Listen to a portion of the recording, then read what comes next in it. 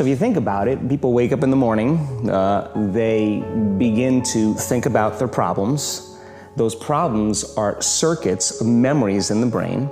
Each one of those memories are connected to people and things at certain times and places. And if the brain is a record of the past, the moment they start their day, they're already thinking in the past. Each one of those memories has an emotion. Emotions are the end product of past experiences. So the moment they recall those memories of their problems, they all of a sudden feel unhappy, they feel sad, they feel pain.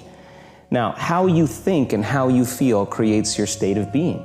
So the person's entire state of being when they start their day is in the past. So what does that mean? The familiar past will sooner or later be predictable future.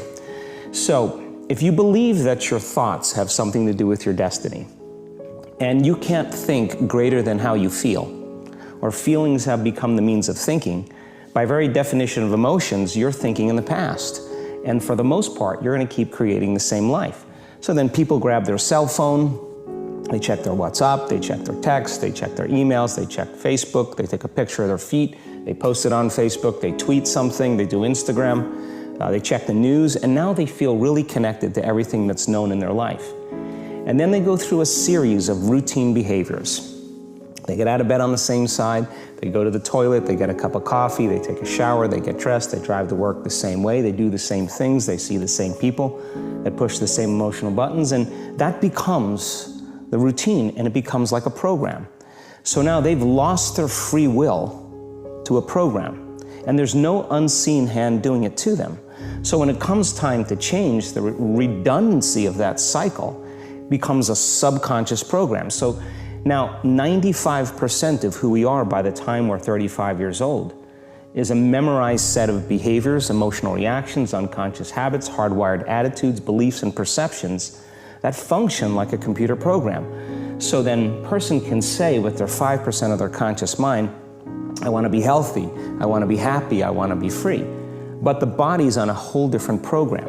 So then how do you begin to make those changes? Well, you have to get beyond the analytical mind, because what separates the conscious mind from the subconscious mind is the analytical mind.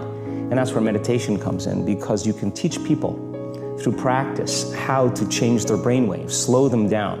And when they do that properly, they do enter the operating system where they can begin to make some really important changes. So most people then wait for crisis or trauma or disease or diagnosis. They wait for loss, some tragedy to make up their mind to change. And my message is, why wait? And you can learn and change in a state of pain and suffering, or you can learn and change in a state of joy and inspiration. And I think right now, the cool thing is that people are waking up. The stronger the emotional reaction you have to some experience in your life, the higher the emotional quotient, the more you pay attention to the cause. And the moment the brain puts all of its attention on the cause, it takes a snapshot, and that's called a memory. So long-term memories are created from very highly emotional experiences. So what happens then is that people think neurologically within the circuitry of that experience, and they feel chemically within the boundaries of those emotions. And so when you have an emotional reaction to someone or something, most people think that they can't control their emotional reaction. Well, it turns out if you allow that emotional reaction, it's called a refractory period, to last for hours or days, that's called a mood. I say to someone, hey, what's up? You say, I'm in a mood. Well, why are you in a mood? Well, I had this thing happen to me 5 days ago, and I'm having one long emotional reaction. If you keep that same emotional reaction going on for weeks or months, that's called temperament. Why is he so bitter? I don't know, let's ask him. Why is he so bitter? Why are you bitter? Well, I had this thing happen to me 9 months ago. And if you keep that same emotional reaction going on for years on end, that's called a personality trait. And so learning how to shorten your refractory period of emotional reactions is really where the work starts. So then people, when they have an event, what they do is they keep recalling the event, because the emotions of stress hormones, the survival emotions, are saying, pay attention to what happened, because you want to be prepared if it happens again. Turns out most people spend 70% of their life living in survival and living in stress. So they're always anticipating the worst case scenario based on a past experience. And they're literally out of the infinite potentials in the quantum field, they're selecting the worst possible outcome, and they're beginning to emotionally embrace it with fear, and they're conditioning their body into a state of fear. Do that enough times, body has a panic attack without you. You can't even predict it because it's programmed subconsciously. So then you say to the person, why are you this way? And they'll say, I am this way because of this event that happened to me 15 or 20 years ago. And what that means from a biological standpoint is that they haven't been able to change since that event. So then the emotions from the experience tend to give the body and the brain a rush of energy. So people become addicted to the rush of those emotions, and they use the problems and conditions in their life to reaffirm their limitation, so at least they can feel something. So now when it comes time to change, you say to the person, why are you this way? Well, every time they recall the event, they're producing the same chemistry in their brain and body as if the event is occurring, firing and wiring the same circuits and sending the same emotional signature to the body. Well, what's the relevance behind that? Well, your body is the unconscious mind. It doesn't know the difference between the experience that's creating the emotion and the emotion that you're creating by thought alone. So the body's believing it's living in the same past experience 24 hours a day, 7 days a week, 365 days a year.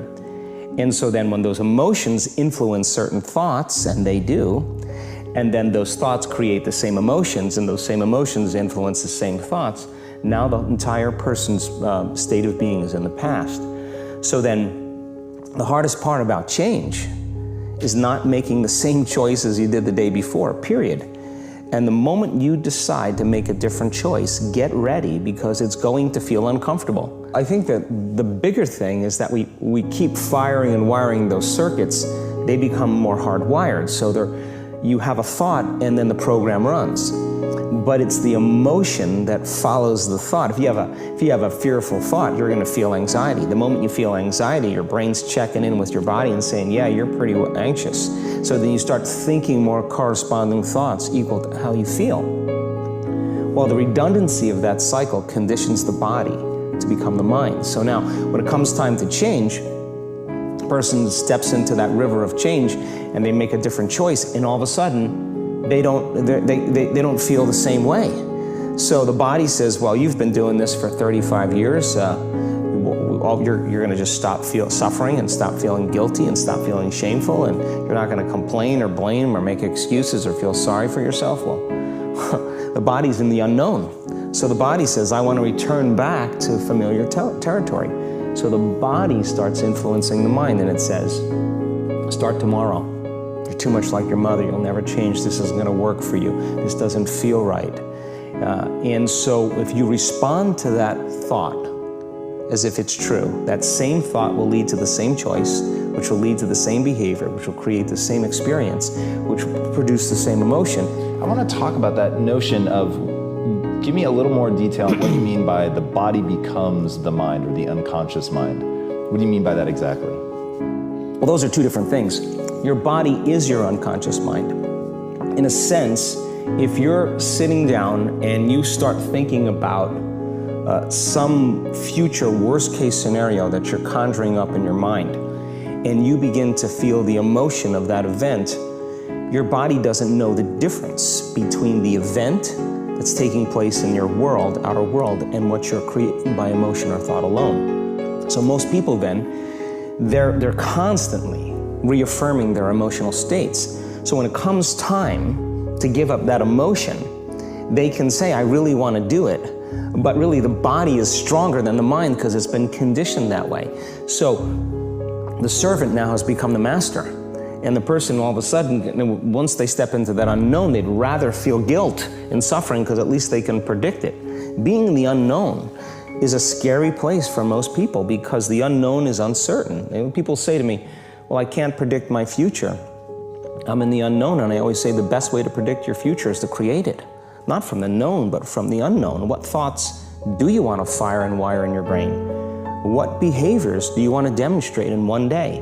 The act of rehearsing them mentally, closing your eyes and rehearsing the action. By closing your eyes and mentally rehearsing some action, if you're truly present, the brain does not know the difference between what you're imaging and what you're experiencing in 3D world.